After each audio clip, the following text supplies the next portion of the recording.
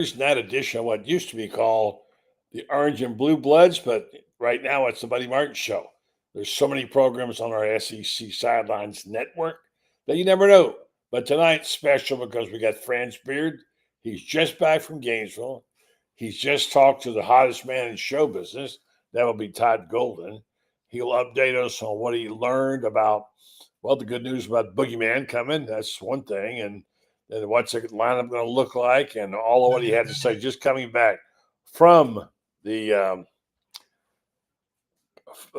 press conference and coming back from Washington, D.C. What a terrific night for our day for the Gators and for all Gator fans.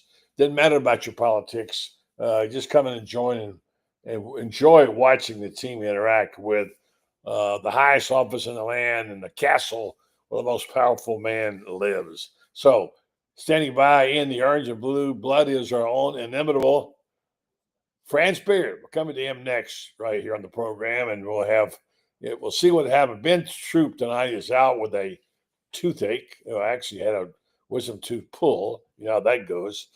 He won't be able to join us tonight. Lauren Meadows will be along shortly, and Carlton Reese, our terrific editor, working on the book, he's got some medical emergency. So we'll see what happens there.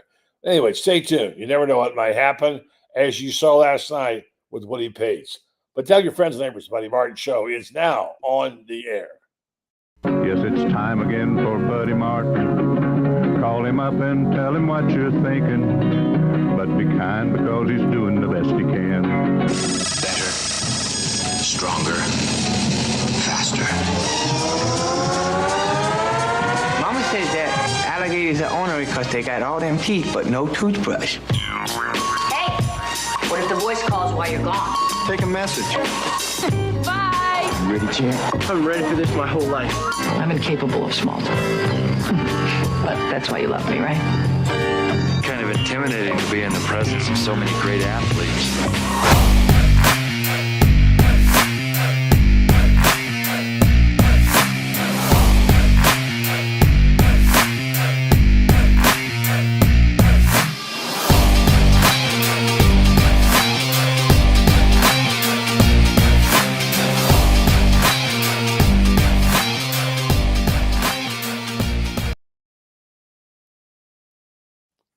Good evening. I almost fell asleep here. I'm watching so much SEC baseball. I have not watched so much baseball. I don't know when. I mean, all day long. My poor wife has been inundated with it. If you don't know, Tennessee did finally knock out the league champions this year, Texas, in extras, 11 innings, 7-5. Early in the day, I think I've got the score here. A&M beat Auburn 3-2. So, but nobody's been busier than this guy. We're so fortunate to have someone who's not only knowledgeable, industrious, and cares a great deal about you, the listener and the reader, but also is very, very good at what he does. And his tongue is hanging out today. I guarantee you that. And we're going to just keep on rolling, keep him going, keep old Franz going. We're going to get Old Man River. Evening to you, Franz. Good evening, Bud Light. How's everything going? Well, I tell you, nobody's worked harder than you. Went up to Gainesville. People don't know you relocated down in Lake County. It's Lake County, isn't it? Yeah. And that you're driving back and forth a lot. Your mom has been ill, and you've been doing a fantastic job under the circumstances. You do anyway, but that and all our best to your family and everybody there at Francis. You are the good son, my friend. You're doing it well, and you also. Meanwhile, you're doing a book, which I was hopeful we'd be able to get Lauren. I was hoping to get Carlton on tonight. He's the editor of the book. The book's coming out soon. I'm not sure the exact date. Lots of people asking questions. And if you have any questions tonight, it's a good time to ask us. We'll answer all of them that we can. We don't know the title of the book yet, but we'll figure it out. And also, we'll have Lauren Meadows on later on, and Carlton has a medical emergency as well. So it's going around. It seems like this week. All right, Francis. Well, you went up there today. You know, what was that name of that what was that movie? Mr. Pibbs Goes to Washington or whatever it was. Anyway, so Mr. Mr. Golden went to Washington. He's back. He must have been brimming over with good feelings and joy and whatever today. What was it like in the press conference? Well, yeah, one of the really good things about it is Todd kind of took a moment and he kind of diffused any thought that, okay, how dare you go up there and be with the Republican president, or because they're let's face it, buddy, they're the political. I've never seen America as divided politically as we are right now. Yeah, the people who love Trump love him. The people who hate him hate him, and it doesn't seem to be there's any middle ground. I don't know about it, but he took a moment and he said, "Look," he said, "this is a once in a lifetime thing. You're up there in the same place that Reagan was, that Obama was, that Bill Clinton was, and so on like that. You're at a place where history is made, and it's once in a lifetime. You may never have this opportunity again." And he made it a point to emphasize that. And I understand that. That was my thought yesterday, watching this thing as it happened, wishing like heck I could have been there to share it. But the thing that was so interesting about it is that these guys got an opportunity to be there in the Oval Office. And Trump took the time to take pictures with everybody. And from what Denver Parlor told me today, he was very, very genial, very nice to everybody, took the time, answered their questions, took photos with everybody, had good things to say. And he made it a special moment for these guys. And this is what it's supposed to be about when you go to the Oval Office, when you go to D.C. to meet the president. It shouldn't be about the politics. It should be about, okay, we're celebrating the most powerful man in the world, the most highly elected human being in America and in the world. Most powerful man in the world. Has taken the time out of his day when he's out there trying to solve problems that affect every single one of us. But he takes the time out to make your celebration great. And you look at, and from what Denver told me, the guys just were overwhelmed at how nice he was and everything. This is one of the things that Todd was kind of quick to let us understand, was that Donald Trump made everybody feel special. I think that's a real talent. Here's what he just said. He said, I was talking to Denver about it before, and regardless of your political affiliation, the opportunity to go to the White House, where President Obama lived, where President Clinton, President Reagan, and all these guys, that changed the function of our country, where they resided. I mean, hopefully it's not, but a once in a lifetime experience. And I thought it was great the way the guys embraced it. They did a great job just enjoying the tours. And I was so appreciative of President Trump and the time he spent with our guys. Not only did we get that awesome celebration that everybody saw on TV, but as soon as we were done with that, he took us down to the Oval Office and took individual pictures with everybody in our program, everybody on our team. It was just a surreal moment that these guys will be able to have for the rest of our lives. That's the thing about it. Yeah. I wrote about that today, Franz, in the first part of my column, one thing about it doesn't need to be political. And I'll go back to that famous quote. Like I said, who had a better year than Todd did, Todd Golden? Certainly not Donald Trump, or for that matter, Barack Obama or anybody else. He had a fantastic year. And the reason I brought that up was the famous quote from Babe Ruth. They said, "What does it feel like to make more money than the president of the United States?" He said, "I had a better year." And so the fact is that that Todd Golden had a better year than Trump or Obama or Biden or anybody, and it's not about politics. What's good about it? I don't know if Babe Ruth was a Republican or a Democrat. I have no idea. I don't care. There's a certain time when you shove all that aside. The White House is the people's house, a place where people are recognized for great achievement. I know sometimes you don't like who gets recognized, who doesn't, whatever. But if you didn't have at least a little bit of a warm fuzzy seeing your basketball team, I don't care who the president, what party's in, up there, and the looks on their faces. I have a picture on the screen now. You can see the genuine feelings of awe and excitement and smiling and whatever that went on there. And as Denver said, it wasn't about politics today. It was about being recognized by the person who was the most powerful man in the world and being treated like you're a guest in his house. So I could tell just from the pictures and the videos and stuff, you could too, this was a special, special moment for these young men. It was. And I wish we'd get back to that. I wish we would get back to, I wish coaches and players would stop, and celebrities. I'm so sick of celebrities endorsing political candidates. Do what you do. Make the music, make the movies, do whatever like that.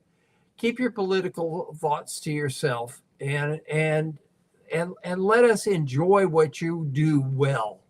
Don't polarize us by getting into this stuff, because some of the things that some of these people say, I'm not talking about Democrats or Republicans or anything.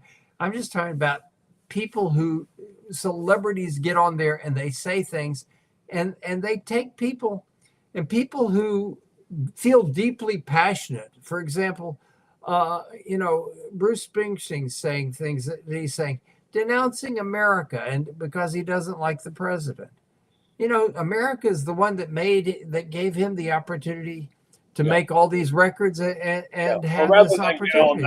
All that stuff, and let's just stay on the positive note. So my point being is this. Yeah, I get you. I'd love to see it. I'd love to see celebrities and athletes and coaches just stay out of the political forum. Do what you do best. Well, the great thing about it was that nobody was pushing an agenda, and they were just there. That was the thing. So forget about it for a day. Go back to your politics later on. Today was the day to be proud of your basketball team. And by the way, I don't know what all he said, but certainly Todd Golden had plenty to say today about his backcourt, about I read some of the positive things he said. He talked about the two ball dominant guards and Flan, and now that he's got him who averages 13.5. And Lee, who I can't wait. People forget what a great shooter he is. Averages 16.9. They can shoot the rock, that's for sure.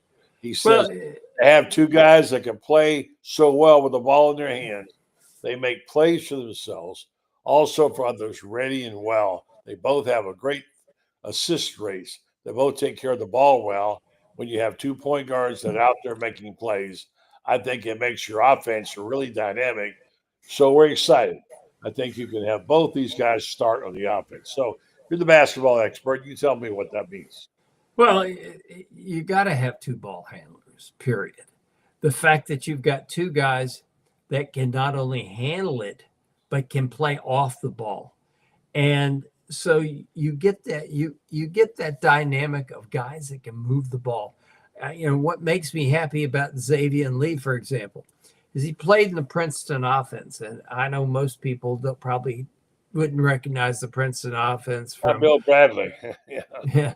Well, he was pretty good. He played for Jan Van Bredikoff, who was a tremendous basketball coach. The Princeton offense, though, that came along afterward is sort of I ran an offense in high school called the Wheel that was invented by a guy named Gary Colson. And Gary Colson, the Wheel is what the Princeton offense became. A guy named Chuck Noe up at Virginia Commonwealth had this thing called the Mongoose, which was a forerunner of the Four Corners.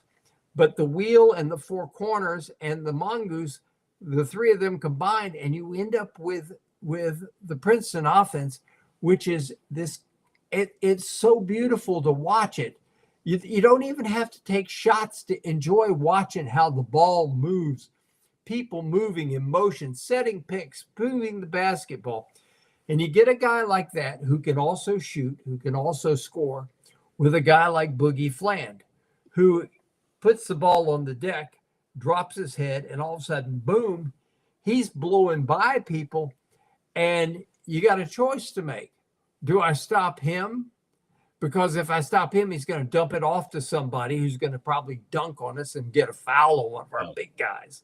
Yeah. Or do I let him shoot a layup? Or do I foul him and he's an 89% free throw shooter? Yeah. I mean, you know, you've got these wonderful dilemmas that have been created. Florida, you know, what Todd has been able to do, but he's been able to replace the firepower that was lost. Walter Clayton Jr., Will Richard, Elijah Martin accounted for 46 points a game. Wow, yeah. These guys account, and about 8 assists a game. These guys account for, new guys, 43.8 a game and about 12 assists a game. Yeah. Looks like the firepower has been replaced. The question's going to be defensively. And one of the things that I thought was very interesting today was hearing Todd talk about the fact that he talked about Walter about Boogie Fland's defense. And Walter said, hey, he was one of the best defenders I saw all year. Really?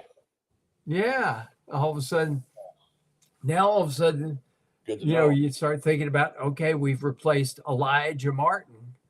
Okay, out there who's an elite defender. Wait a second, this guy's pretty darn good too. Yeah. Yeah, one of the things I thought was interesting, the little oopsie, is when Donald Trump got up and said, wow, so you all play for the Florida Gators and you all want to come back and win it again next year, right? And the one voice spoke up and said, oh, no, sir, I play for Kentucky, Denzel Aberdeen. Yeah, well, unfortunately. Well, yeah, Denzel should be thanking his lucky stars that his teammates from this past year wanted him to be there. They wanted Sam Alexis to be there. Yeah. Their teammates wanted them. And there comes a time when you got to zip your lip and be grateful for what you got. You know, Denzel Aberdeen will have a championship ring from the University of Florida, not from Kentucky, because I don't think Kentucky can win it all next year. Yeah. I think Kentucky is going to be relying too heavily on transfers, and they have no foundation in there. Oh. Florida's got foundation. You can have transfers, but you look at this. Chinyelu will be in his second year since he's transferred. Micah in his third year since he transferred. Then you got guys like Isaiah and Brown and Urban Klajar, who are second-year guys. Condon and Tommy Hawk, 3-year guys. And so the other news is that he said earlier in another interview, Todd Golden said that he was feeling very good about the responses he's gotten in talking to Alex Condon, which is a big thing, and it says he's more or less like leaning by coming back. Now let's just put on our orange and blue glasses for a second. Oh my gosh! If Alex Condon comes back, what kind of a force will this Gator basketball team be next year? Friends, I can see you smiling because you're going to pick them to win it all. I think Florida, with Condon back, Florida is hands down the best team in the country. You've got the biggest, tallest, most experienced, and best front court in the country. You know, Florida overwhelmed people with the size and skill that they had. Ruben Chinyelu goes out to the G League combine, and as Todd said today, he was an absolute beast. And Todd said, hey, we saw that all year, 40 games. Yeah. And here's a guy that is going to be better Yeah. You know, people don't realize he hasn't been playing basketball that long. Pretty darn good already, by the way, I might add. Yeah, Alex He Condon just is learns another not- one. I think he just not foul as much. That'd be great. Well, you know, he's only been playing basketball. I think counting last year was, I think, only his fourth year. Most underrated player on the team, without a doubt. And I love how he plays and bangs, and he can shoot that little putback hook is up there, which is great. He's accurate with it. So, I mean, it's this team, and we don't even know what the other piece. We didn't even talk about the new pieces, friends. And you know what I'm talking about on this team. Yeah. Well, you know, people we didn't get to see that much of Urban Cloudjar and Isaiah Brown. Those guys can play. Trust me, those guys can flat out play. And we got coming behind them, CJ Ingram and Alex Lloyd. Yeah. Alex Lloyd, I think, is the point guard of the future. He's 6'4", he's 175. He's a terrific shooter. But I think he's a guy that's going to come here, and he's going to be very happy with limited minutes because he knows darn good and well. Yeah. For him to be where he wants to be, he needs to be 195 pounds. He's 6'4", and he's 170, 175 now. Thin as a rail, and he's got to get stronger. CJ Ingram isn't through growing yet. CJ Ingram is going to be 6'8". I'm excited to see him. Yeah, he's going to be 6'8", about 220, 225. Is he yet, friends? No, he's not. Yet? Okay. He's not. He's not. But I can tell you right now, if you stand him beside his dad, now granted he's taller than CI, Yeah, but not as big. no DNA test needed for those two guys. And here's the thing, buddy. He's got a younger brother who they say is maybe the best one of all. That's what The younger brother is leaning toward being a football player. He's a quarterback. And CJ took Hawthorne to 2 state championships in football as a quarterback. Yeah. So we haven't heard the last of the Ingram family, and CJ is going to be a great basketball player at Florida. Here's the thing I love, buddy. We're in a plug and play type situation where Todd doesn't have to reload his team with 6, 7, 8 transfers a year like we're seeing. You know, Kentucky, I think, has got 7 transfers, 8 transfers maybe, and so on like this. You look at all the transfers some of these people have. Florida's got 3 plug and play guys, and that's the way I think it's going to happen. I like that because Billy Napier, I think Lauren would agree with me on this. He wakes up, but when he wakes up, he'll agree with you.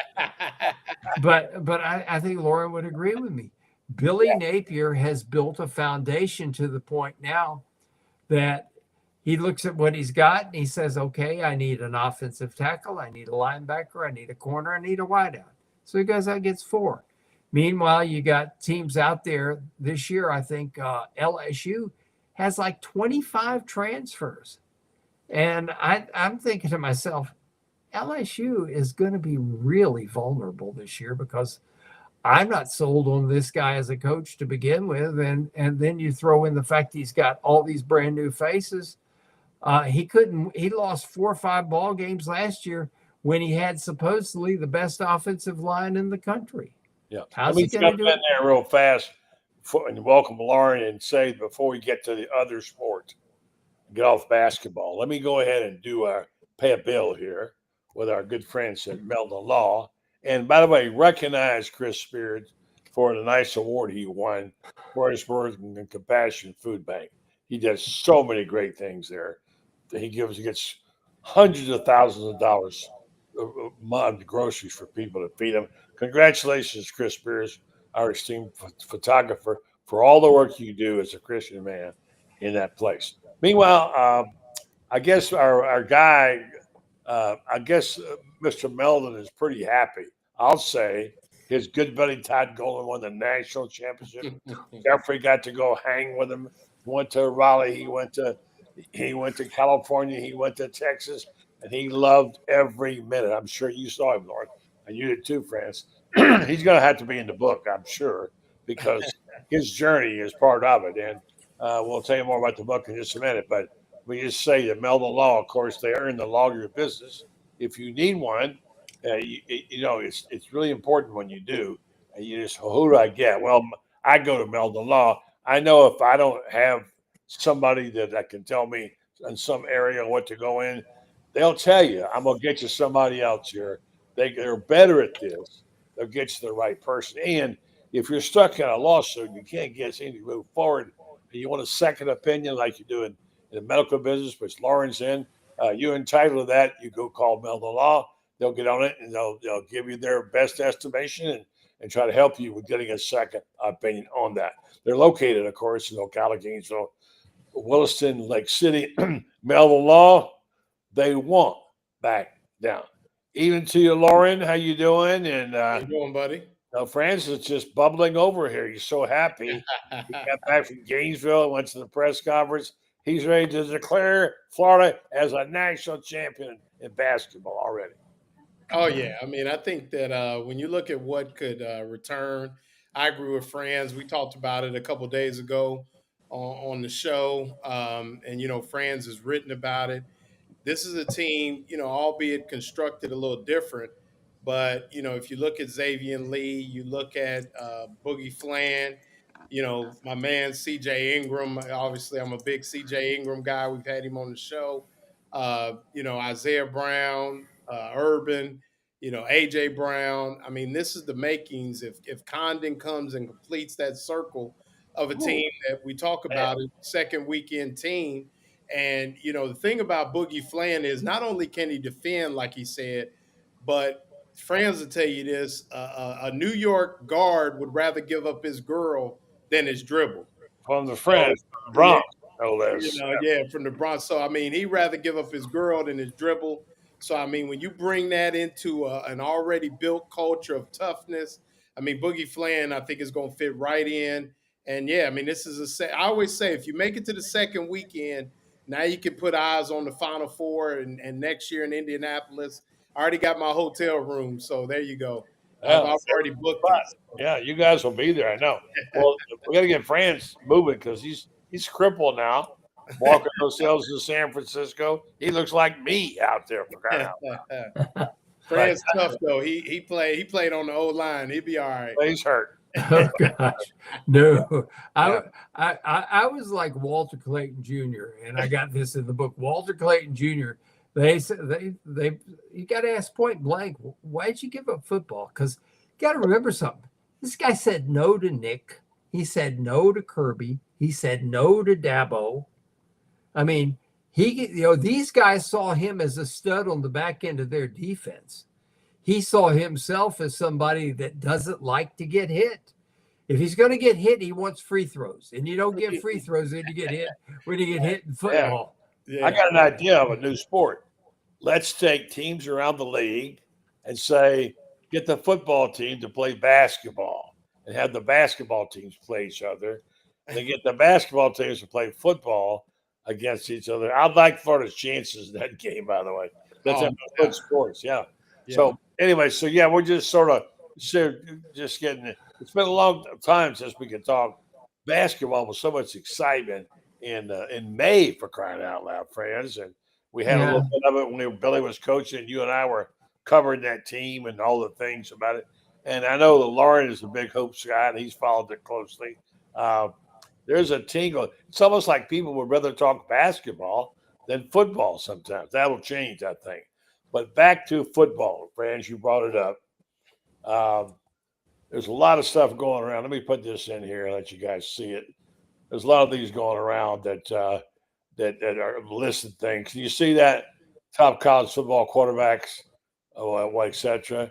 And that one is one that it doesn't give due to the right people. Delagway 7th. I think I put it above 3 of those guys I can see for sure. But at least they had him above Lenora Sellers, who's a great athlete. But my gosh, my shoulder's bad, and I think I might be more accurate throwing the football than Lenora Sellers. Yeah, there's a lot of these lists, and And I just saw one where they got Florida's quarterback room. The room was a big thing. It's fourth ahead of Texas and a few others. So I think, and all the reports, saw a report today saying someone who's seen DJ work out, absolutely 100% at this point in time. They expect a full season out of him, a full OTA. When do those start, Lauren? In June, the OTAs? Yeah, they start here, I think in the next week or so. I talked to Austin Barber. They were into mandatory lifting now, and they'll be into kind of their film study, the lesson plans, and I think OTAs start right around the 1st of June. As they start working into those summer school sessions as well. Yeah. Well, I'm seeing as I'm thinking about this team, and of course we have to look at the other teams as well. One of the things we like is that we don't think they have the quarterbacks the rest of the league, and we think Lagway is the man who's going to be probably be invited to the Heisman dinner. Either we think, but that's a little too early to talk about. I really do want to see Arch Manning, though. I lay eyes on him. I've seen him a few times, but not enough competitively to really know much about him. Lauren, as you know, once I laid my eyes on DJ Lagway, what did I say? You called it. You called it. You called it from the get-go. I mean, I've never seen somebody make that kind of prediction on 15 seconds to 30 seconds of film. But you know me, I give it. If you call it and you make it right, I got to give you credit, and you were on it. And I think I think when you talk about it, you use the word special, and you're talking about a young man who has the ability and the potential to be a very special player. But not only that, the way that he carries himself as a quarterback, as a member of that team, doesn't take himself too seriously. One of the guys, and I think if you look at a guy like Walter Clayton and the way that he was able to make himself one of the guys, just be a part of it. I think DJ Lagway kind of operates the same way, but you called it, buddy. I got to give you credit. And I kind of gave you some flack about it because I was like, whoa, easy there. But you were right on it, no doubt. I'm not asking for compliments. I'm just saying that I do see something. Every now and then I see an exceptional athlete, and I can see something I just think I'm going to be right on. I've been wrong, but not too often on these kind of things. I came back, friends, from the SEC basketball tournament in Orlando and told my friend Joey, who was in Denver, I have seen the future of basketball. He plays for LSU. His name is who? Shaquille O'Neal. Thank you very much. And I've seen the future, and he was the future. And, it didn't take a genius or didn't take an oracle or a visionary to see that. So I saw the original future of basketball from LSU, though. And so did you. Too. Pete Maravich. Yeah. You got it. And you think of it. Look at the great players that LSU's had: Bob Pettit, Pete Maravich, Shaquille O'Neal, and yet they've never won a national championship. Isn't that amazing? They've only been to the Final Four a couple of times. Once when Bob Pettit was playing, and then once with and the only reason they made it when Bob Pettit was playing is I think that was the year Kentucky wasn't even allowed to have a team because of the gambling stuff. But by the way, Athlon has Florida number 11 when they come out with their magazine. Yeah. Okay. Are you starting to get the magazines? Yeah, they come out next week. Of course. I've seen several. I know a couple of other people who wrote the stories. They're going to be anywhere from 11 to 15 in there. That's where they're going to be in all those. Let's talk. Got to have something to read when we're surveying all our loyal subjects on the throne. Yeah. Let's talk about the football team the way we talk about the basketball team. The pieces are all there. They're better than ever. The the team has to be there. And the great thing about this basketball team that won the championship, they did it as a team. That's the great thing about Celtics baseball team.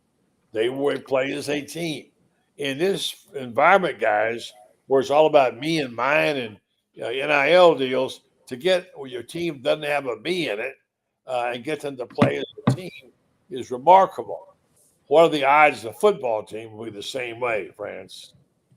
Well, it comes from what we've been talking about before, and Lauren and I talked about it on a show the other night, and we talked about it last week, buddy, and that is Billy Napier has built the team from the inside out, not from the outside in. He's not built the team as a haven for everybody who's in the portal who got pissed off because they got, the guy that plays next to them on the offensive line gets $1,000 a month more NIL money. And, Billy's made this a team that you bring in guys that fit a certain need. You're not bringing in wholesale numbers of transfers because you're building your team from the inside out. You're developing your guys. And this is why I think Florida's got a real shot. Lauren, I think you've said this is a 9 or 10 win team, and Shane Matthews says the same thing. And you guys played the game at the college level. I listen to what you guys have to say. You know a little bit more about it than I ever will. So, I know how to criticize. You guys actually played it. But he's built it from the inside out. And I think that this is going to be the year that everybody, I think we're going to have a lot of people in Gator Nation saying, well, I was with Billy all along. I was, my neighbor was saying all the bad stuff, not me. Billy was my guy. And I think we're going to have a lot of people lying their ass off about how much they loved Billy Napier all along, because I think this is going to be the year that everybody's going to say, well, gee, maybe that Scott Strickland guy had a clue when he hired him. Okay, so who's got guts? Let's see if anyone wants to go all in on Billy Napier right now. I'm going all in on the team and the parts. And if Napier is part of parts and part of the big picture, it definitely has gotten better. Well, he cannot be. If they're really good, he gets the credit for it. Right. Yeah, well, then there you go. I mean, I agree with Franz. I mean, that the culture, building it from the inside out, and just kind of putting his head down. I mean, I started to, he grew on me in two different situations. One, I got to spend a little time with him at the Final Four in an event. And, Dan Bond was with me, got to meet Billy Napier, spent some time with us. And, he really talked about believing that this team is where it needs to be. He talked about different parts, but fitting everything in to where they really feel like they've got everything in place. And then number two, after the spring game, you just saw a guy, he had that look in his face where it was like, okay, this is what I thought it would look like when I get here. I think one of Billy Napier's biggest mistakes was, I think that he kind of fell into the trap of, okay, this is Florida. There's going to be some things here. I've got my plan, and I'm going to stick with what I've always done. Well, what I saw was a guy that had to adjust his plan, had to change some things, make some adjustments, and you saw that in the last 4 games of the year last year. So I think now you're seeing a guy that is growing and coaching, but growing and coaching on maybe the biggest stage in college football. So, I think he started to get it figured out. I think the assistants are in place, starting to figure it out. And like I said, the biggest thing for me was when I ran into Rob Sale before a basketball game, and I asked him about the offensive line, and the first thing he did was start talking about the receivers and the D-line, which means that everybody's really figuring out that, man, we're really good at some spots, big time.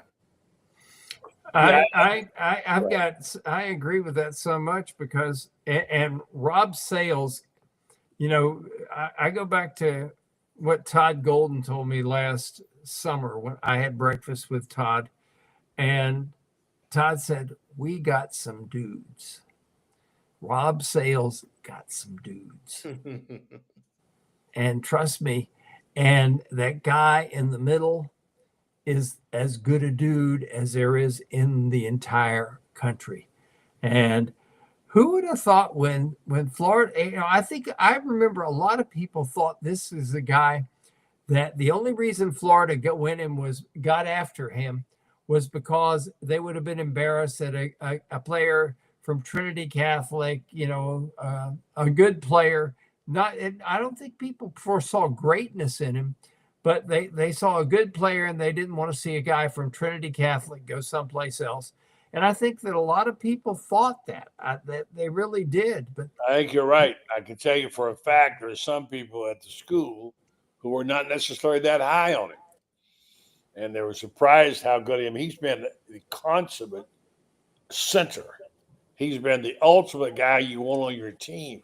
A guy with those years of experience, never had a problem with. The most radical thing he's ever done was he wanted one of those, what do you call those barbecue grills? The special ones, what are they? The green egg or maybe or something, whatever the one. Someone told me he took it upon himself to write the company and ask him to make an NIL deal, and they did. He got a barbecue grill. Give him A for that. But he's a good student. He's sufficient. He in a line, and the problem they've had on offense is making mistakes. He never makes a mistake. I think he had one sack on him all year. And I think this kid is something that will go down as one of the great offensive linemen in Florida football history. I think he's the best center we have had since a guy named Marquise Pouncey. And Marquise Pouncey, the one thing Marquise had on Mr. Slaughter is Marquise. There wasn't a nose tackle in the country that Marquise couldn't handle by himself. And Jake, there are guys that Jake needs help with, okay, but it's not an embarrassment to have to do that sometimes. Sometimes guys are just, you get a guy like Negaman, I can't ever pronounce his name, So whatever his first name is. Ndamukong Suh. Yeah, exactly. You said it. I was just waiting to see if you knew what it was. But occasionally you get a guy like that. That's an absolute freak in nature. That's a real and you got to have help. But Marquise, I don't care who it was, he didn't need help. Jake sometimes does. But the one thing Jake never needs help with is Jake can sit there and look at this thing, and he can read that offense like that. Graham Mertz, he and Graham Mertz, I teased him and I said, you guys share the same brain. And Graham kind of agreed with me and said, yeah, we do. We says it's almost to the point where we can finish each other's sentences. Yeah. When you got a center like that with the quarterback that's in sync with him like that, good stuff is about to happen. And this team's got good stuff going to happen. Yeah, for sure. Well, I don't see a lot wrong with this football team. And I think there's some things we haven't talked about enough. By the way, you mentioned Graham Mertz. We need to pay a little respect to what he's done. We talked about him being a terrific player. He got hurt, couldn't finish his career. We thought he'd do well. Look where he wound up. Did he just sign a $4 million deal, Lauren, a couple of days ago? Yeah. To play in the league. And everybody said, well, he'll be playing the NFL. Well, right. Well, he is playing. He's getting paid well because he's smart. He's efficient. He's a team member. He helped that team a lot when they needed him. So tough too. Got heart. Tough. Heart, tough. He played really in a tough situation. All right. So let's talk about the team, the football team. Given that we would have a healthy QB, given that we've got those three running backs now, my gosh, they're loaded with the running backs. Given that the wide receiver room is just on fire, I don't think we've even begun to think about what they could do. You know what I feel about it, Lauren. Yes. And I know you do too, and you too, Franz. This group of wide receivers in terms of speed and talent, whatever, could be as good as they've ever had as a room. They are just loaded with young players. Now we're going to see some tight end play. We talked about the offensive line. Defensively, we know they're better. They're already better. They got the plugs. The secondary is somewhat in question. I think particularly the safeties. I think the kicking game. What am I missing, guys? I think that they've got the ability to do whatever they need to do. And here's the thing that they're going to be able to do, period. And that is they're going to be able to outscore people. So if the defense has a bad day at the offense can outscore people. And you look at these wide receivers, and here's what these wide receivers do for you. That makes that running game, that adds probably 1.5 yards, 2 yards a carry to those running backs who don't need 2 yards added to them to be really, really good. But when you can't cheat your safeties down into the box because your safeties have to play 15 yards off the ball, boy, good stuff happens. Remember, buddy, do you remember Ohio State in 2006 in the big ball game in Glendale? Yes, I remember you talked me into it. Finally, made me see the error of my ways. I started to lose that game. Got up in the middle of the night and went and changed my pick in the middle of the night. That's a good point that Franz brings up, because I was going to say, we talk about secondary, and we'll take Florida. What everybody needs to remember is that last part of the season, the creepers start creeping. And what they were able to do is, when they didn't get home, even though they got the 8 sacks against LSU, and I think it was 5 against Ole Miss, and then so on and so forth, they were able to change launch point. So we get into X and O and defense. Yeah. Even if you don't get home to the quarterback, you're changing his launch points. Quarterbacks don't like to move. Even ones that like to run, they don't like to move to keep from avoiding sacks.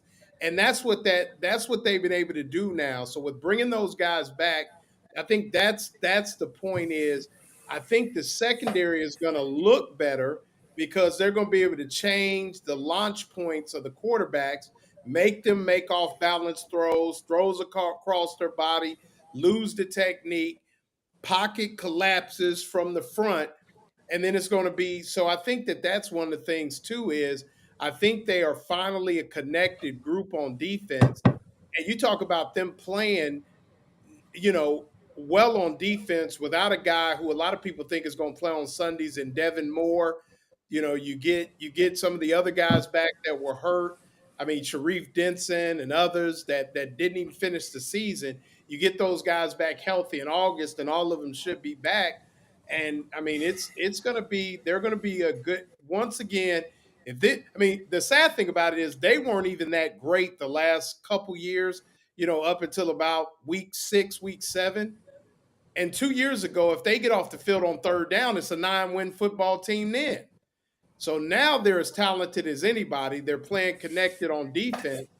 I think the sky's the limit. I mean, they got to go out and prove it, but on paper, this team is the best we've had since COVID. Yeah.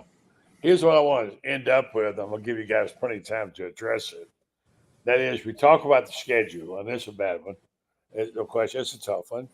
We can go through it game by game. We've done that before. We'll do it all summer. But here's the point I want to make. People say, well, we got the schedule. Here's the good thing. You're going to play the top teams. If you beat them, you're going to be up there. Do you see the news today, guys? They changed the format already, that their top 4 ranked teams will be seeds and will not have, the top 4 seeds in the 12-team playoff this year. Can you imagine if you got to be in the top 4 where you'd be? Now, the only way you can do that is playing against really good teams. Now, I'm not putting Florida at the elite status here, but there's not a team on that schedule that they cannot beat. How good they're going to be, I'm not sure. There are going to be some issues to deal with. Billy has shown a propensity to be able to deal with problems. He's certainly learned. He's shown us that. He's even said in his recent interview that Josh Pate, that he felt like he was beginning to have a little doubts in his system, in his decision making. And then he said the one thing he taught himself was, no, we had it right.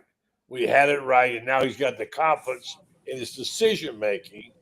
Now the question is it all out there in front of them to get where they need to be? Lauren, you go first. No doubt about it. I mean, we talked about it. This schedule, albeit daunting, iron sharpens iron. And, you can lose some games. You just got to lose the right ones. Don't lose the wrong ones. And you're going to win some games. And you got to win the right ones. But, what this playoff has taught us in this first year of that expanded playoff is teams can stumble, stub their toe, and like we saw with the guys in Columbus, come away with the trophy. So, it almost takes on a March Madness kind of feel where you just want to start playing well at the right time. But I would say the schedule, even though, and Rob talks about this, you get logo fever, but we all know Tennessee is not Tennessee. And the jury's out on LSU, like Fran said. The jury's out on Miami. There's a lot of differences. And I mean, let's face it, everybody's going to come into Miami Gardens and Hard Rock Stadium. It's going to be a Florida home game. So, you've got everything there for you. I think it sits up right. You got a Georgia team coming in, question marks at the QB position and things like that. Who knows what'll be at that time? They have Frazier listed ahead of Ball as a running back. I would argue that, but it's right in front of them. I agree. It's right there in front of them, and it's ready to go. And I think it lines up. I mean, you were tied with Aiden Warner at quarterback with 4 minutes left with Georgia. You don't think that the Florida Gators feel like they let that one get away and that they can play at that level? This is a confident bunch. They walk like it. They act like it. You see Cam James, George Gums. They got that swagger about them. You got young Miles Graham. You got Childs at linebacker, Pup Howard, another year older.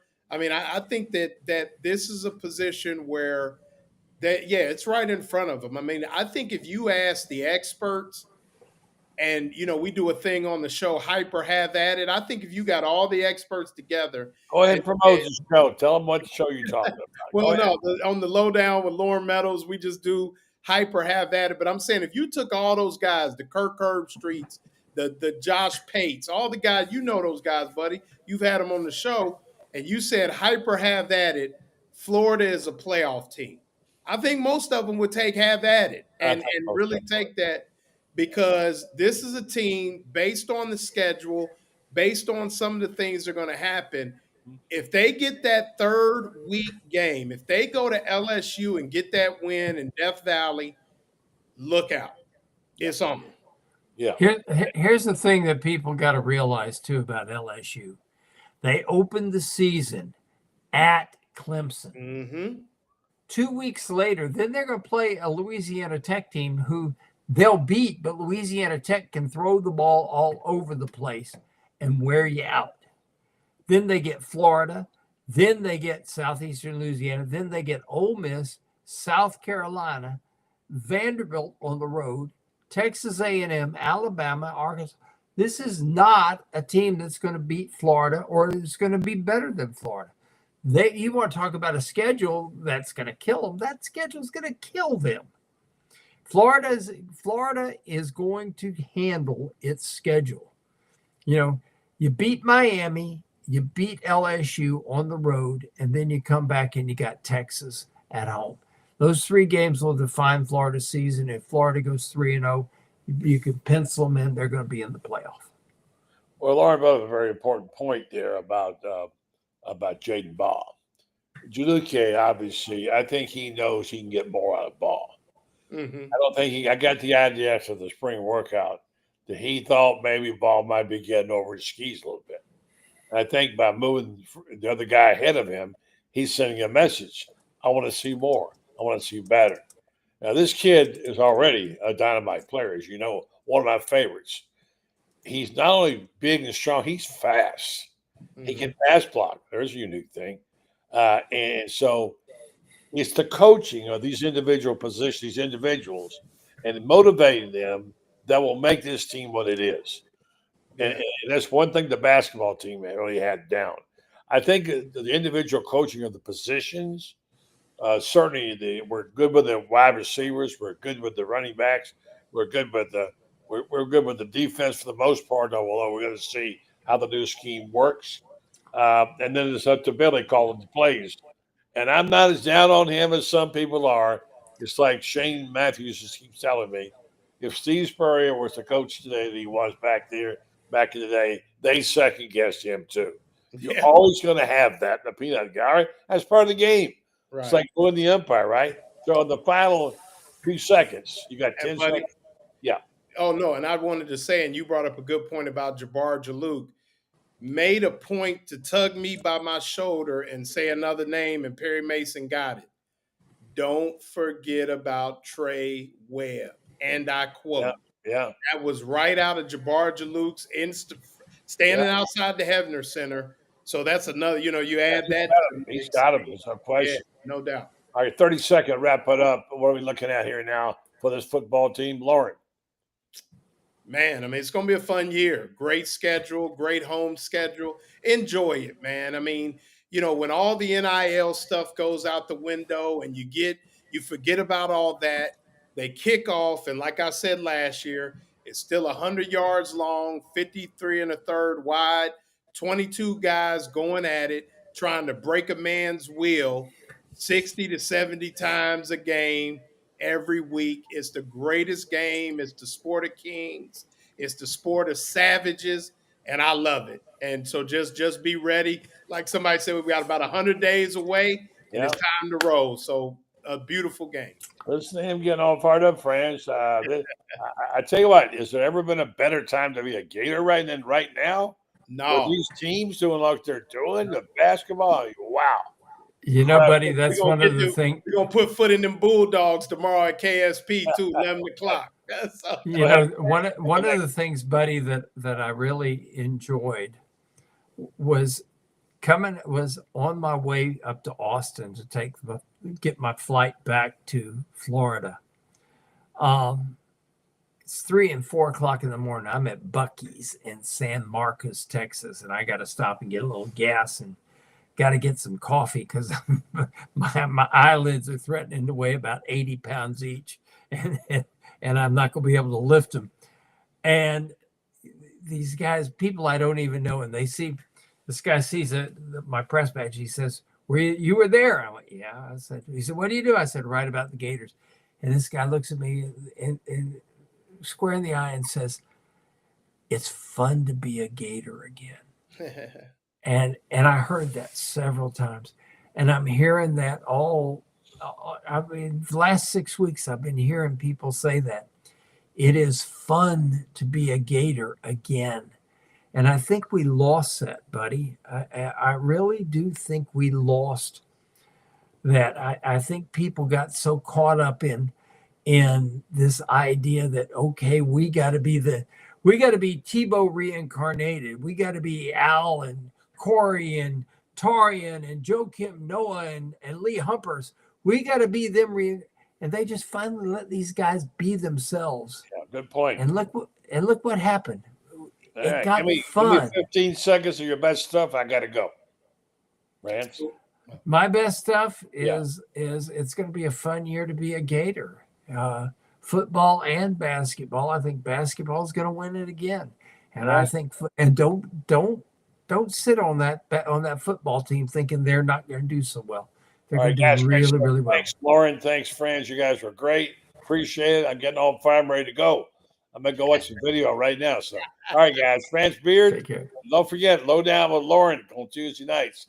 And Franz did a basketball book. We'll talk about it another time. Thank you, guys. Yeah, thanks, great guys. job, all right.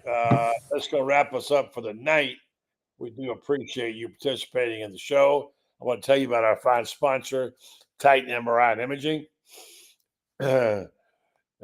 They acquired Highfield MRI. Joe Colorio started Highfield MRI in 1997.